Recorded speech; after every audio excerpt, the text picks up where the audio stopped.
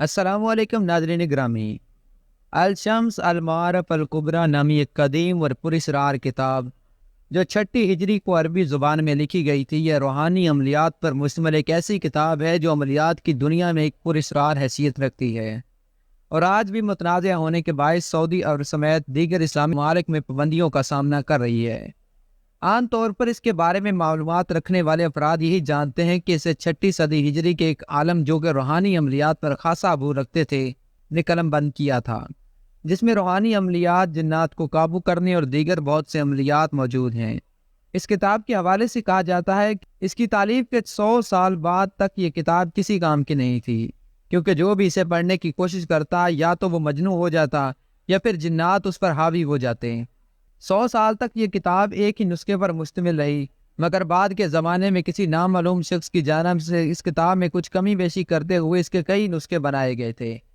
چونکہ کتاب کے مصنف کی جانب سے مذکورہ کتاب میں بعض ایسے ذائقے ذکر کیے گئے تھے جنہیں استعمال کرتے ہوئے کوئی بھی عام شخص انتہائی آسانی سے قوی الجثہ جنات کو اپنے قابو میں کر سکتا تھا، اس لیے جنات اس کتاب کی حفاظت کرتے تھے کہ کوئی بھی اسے پڑھ نہ پائے۔ بعد ازاں ایک نامعلوم عمل کی جانب سے اس میں کچھ تحریف کرتے ہوئے ایسے جادوئی نسخوں کو نکال دیا گیا جن کی بنا پر جنات اس کتاب کی حفاظت پر مامور کیے گئے تھے۔ لیکن اب بھی اس کتاب میں موجود کالے علوم اور جنات کو قابو کرنے کے دیگر طریقوں کی موجودگی کے باعث کوئی عام شخص اس کتاب کو سمجھ کر نہیں پڑھ پاتا تھا، اور اس کی کوشش کرنے والے افراد پاگل پن، مرگی، جنون یا دیگر بیماریوں میں مبتلا ہو جاتے تھے۔ اگرچہ علماء کی جانب سے احتیاط کو بروئے کار رکھتے ہوئے اس کتاب اور اس کے مصنف پر انتہائی محتاط انداز میں تبصرہ کیا جاتا ہے، لیکن بعض ذرائع سے ملنے والی معلومات میں مذکورہ کتاب کے مؤلف کو براہ راست یہودی اور اس کتاب کو اسلام کے نام پر کفر نوا قرار دیا جاتا ہے۔ شاید یہی وجہ ہے کہ سعودی عرب سمیت کئی اسلامی ممالک میں اس کتاب پر سخت تین پابندی عائد ہے۔ ناظرین گرامی، چھٹی صدی ہجری کے آخر میں یہ کتاب محمد بن علی بن زید کی تحویل میں تھی۔ یہ شخص ایک مالدار تاجر تھا اور مزید دولت کے حصول کے چکر میں اس کی جانب سے ایک کتاب بھاری قیمت خرچ کر کے حاصل کی گئی تھی۔ واضح رہے کہ اس وقت اس کتاب کا صرف وہی ایک نسخہ تھا جو محمد بن علی نے حاصل کیا تھا، لیکن بعد میں کچھ رد و بدل کے ساتھ اس زمانے کے حساب سے اس کی متعدد کاپیاں کروائی گئیں۔ اس شخص کا بیان ہے کہ جب بھی وہ اس کتاب کو کھول کر پڑھنے کی کوشش کرتا تو اس کے سامنے ایک سیاہ ہولا آ جاتا، جس کی جسامت کی سیاہی اور چہرے پر چھائی نحوست سے وہ بے ہوش ہو کر کئی مرتبہ گر چکا تھا۔ کئی مرتبہ کی کوششوں کے بعد بلاخر اس کی جنم سے یہ کتاب ایک عالم دین کے حوالے کر دی گئی تھی، اور اسی سے متعلق کچھ اور روایات بھی شامل کرنے پر سامنے آتی ہیں کہ جن کی روح سے پتہ چلا ہے کہ مذکورہ کتاب کی حفاظت پر شیاطین جنات مأمور تھے، کیونکہ کتاب میں موجود بعض جادوئی طریقوں کے استعمال سے وہ انسانوں کی غلامی میں آ سکتے تھے، کیونکہ کتاب خود ایک جادوئی عملیات کا نادر ذخیرہ تھی۔ اس بنا پر اس بات پر بھی قادر نہ تھے کہ مذکورہ کتاب کو کچھ نقصان پہنچا سکتے۔ ان چند واقعات کے بعد یہ کتاب منظر عام سے غائب ہو گئی، اور 7ویں صدی ہجری میں جب وہ ایک بار پھر منظر عام پر آئی تو اس میں موجود مواد ایک حد تک حذف کیا جا چکا تھا۔ اس کتاب میں موجود وظائف اور جادوئی طریقہ کار میں سے اب بھی بعض ایسے ہیں جنہیں پڑھنے والا اگر کوئی عام انسان ہو تو وہ عملیات کی ذرا برابر بھی شدھ نہ رکھتا ہو تو وہ خود فوری کسی ناگہانی آفت یا بلا سے دوچار ہو جاتا ہے۔ لیکن حیرت انگیز طور پر اب تک اس کی بات کی وضاحت نہیں ہو سکی کہ اس کتاب کے وہ کون سے حصے یا بول یا جز ہیں جنہیں پڑھنے سے انسان کی مشکلات کا شکار ہو جاتا ہے۔ علومتیہ کے مطابق ایک شخص ایسا بھی ہے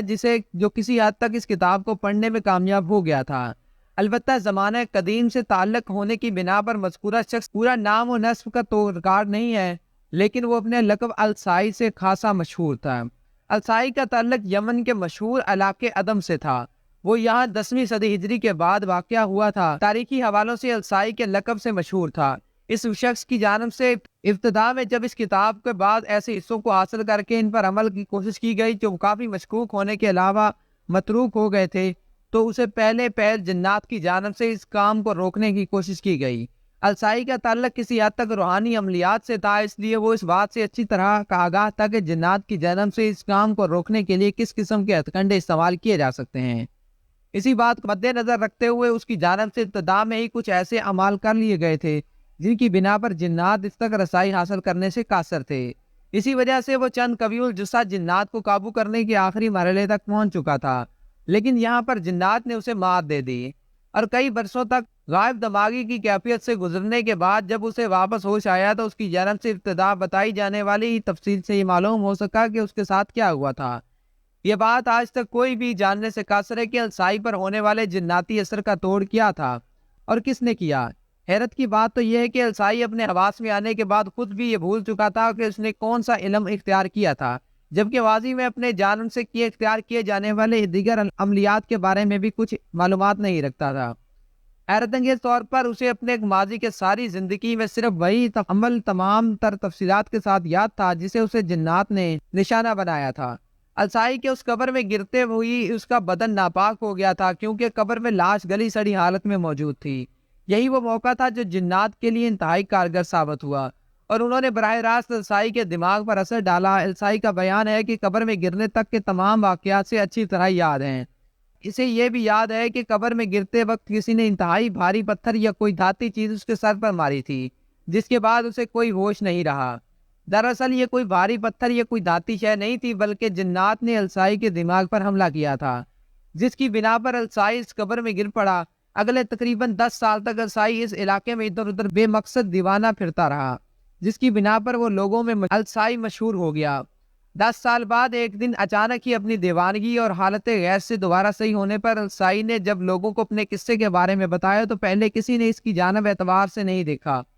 لیکن بعد ازاں علماء اور روحانی علوم شد بدھ رکھنے والے حضرات کی جانب سے السائی کی باتوں کو تصدیق کے بعد وہ لوگوں میں خاصا مشہور ہو گیا۔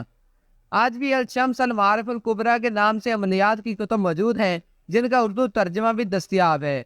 مگر یہ وہ کتاب نہیں ہے جو احمد بن علی البونی نے قلم بند کی تھی، بلکہ اس نام کو استعمال کرتے ہوئے مختلف عامل حضرات اپنی کتاب کا نام الشمس المعارف الکبریٰ رکھ دیتے ہیں اور مصنف کا نام احمد بن البونی رکھتے ہوئے خود کو مترجم کی حیثیت سے پیش کرتے ہیں۔